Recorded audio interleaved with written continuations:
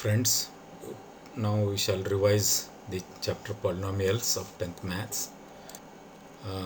In this, the gist of this chapter is you need to know what is polynomial, and then what is meant by zero of a polynomial, and the different types of polynomial, and what is their degree, and number of zeros in each of this polynomial. Then what is the geometric meaning of the zero, relation between zeros and coefficients, and also division algorithm that we are going to look at.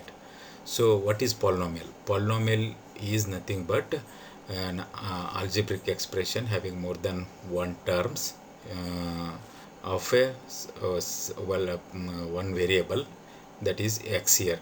So I can say this is called as a polynomial where this value of p of x is dependent on the algebraic term which has more than one terms, but the variable is only x with a different degree of variables having a different coefficients. So this expression is called as, this algebraic expression is called as a polynomial which has a single variable with different coefficients, and this variable is having a different degrees in each term.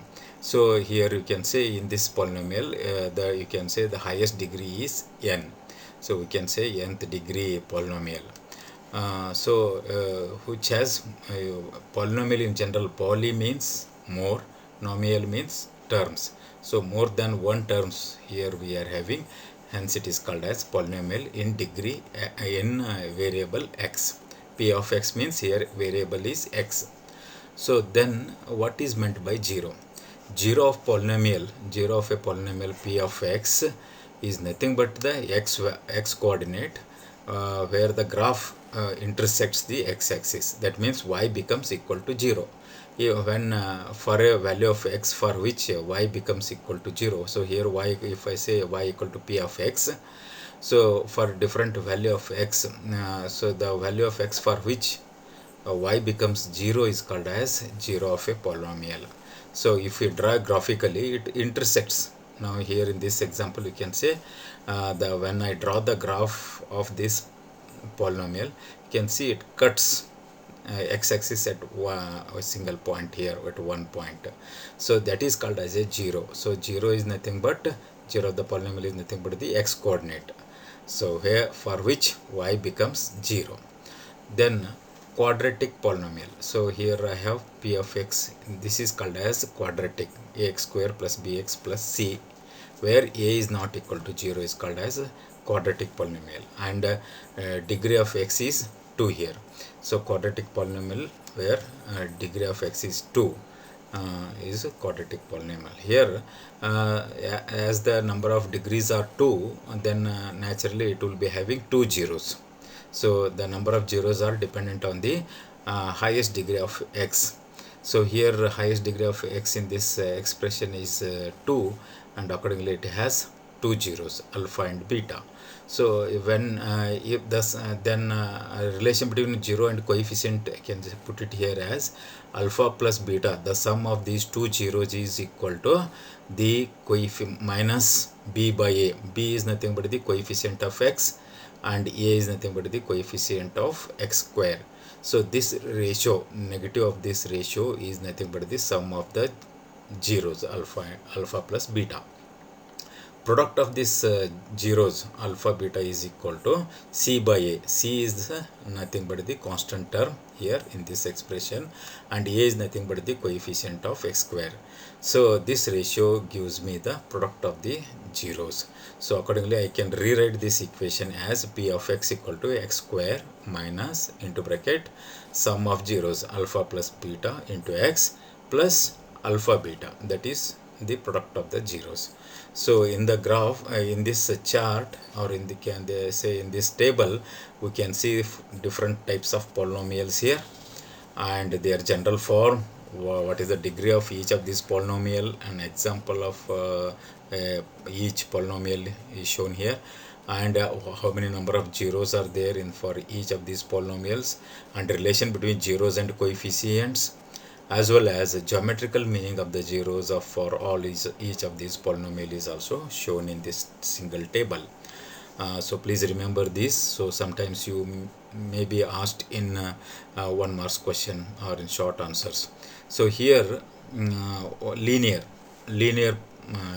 algebraic equation. So the general form of it is ax plus b, where a is not equal to 0, and the degree of this polynomial is or linear equation is 1, because here the highest degree of x is 1. So hence the degree of this equation is 1 of this algebraic term.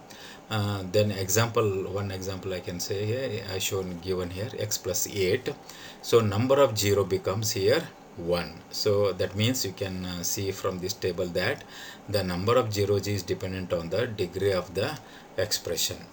Then relation between zeros and coefficient. So here I can find the value of k.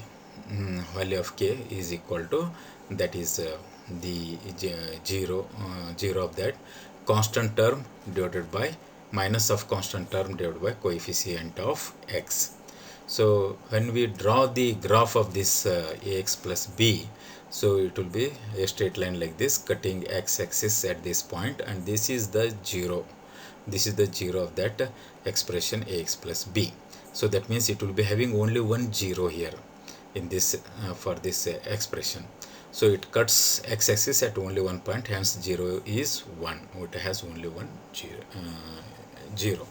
Then next one is quadratic equation. So this is one type of polynomial where it has more than one algebraic terms. Here the general form of this is ax square plus bx plus c. So here you can see the highest power of the variable x is 2. So that means the degree becomes 2. And an example just is shown here, 3x square minus 4x plus 7. So here we'll be having, how many number of zeros will be having? 2. So the number of zeros is dependent on the degree of the variable in that expression, highest degree. So highest degree here is 2. So as far as relation between 0 and coefficient is concerned, sum of zeros. So as there are two zeros, let them be called as alpha and beta. Sum of 0 alpha plus beta becomes minus b by a. B is nothing but the coefficient of x, and a is nothing but the coefficient of x square. So that is nothing but alpha plus beta equal to minus coefficient of x divided by coefficient of x square, or you can just remember by as minus b by a, which are the coefficients of x and x square. Product of zeros. Product, if I multiply these two zeros, is nothing but is I can say it is nothing but the ratio of c and a, c by a. So that is equal to constant term divided by coefficient of x square. And as far as geometrical meaning of this polynomial, you can see here when I draw this this particular polynomial, so I'll be getting a parabolic leg, so which cuts the x-axis at two different points. So hence you can say the number of zeros are 2 here, because it cuts the x-axis at two different points. But whereas in the previous linear equation, it was cutting only x-axis at only one point, but here it cuts at the two different points, hence the number of zeros becomes number of zeros are 2 here. Then next type of polynomial is cubic. So here you can see there are number of terms here. Highest power of the variable x is 3.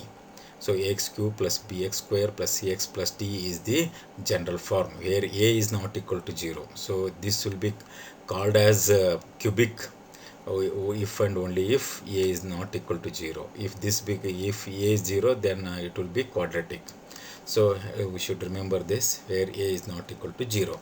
So the degree of this cubic equation, cubic algebraic term is algebraic equation is 3, and accordingly it has how many number of zeros? 3.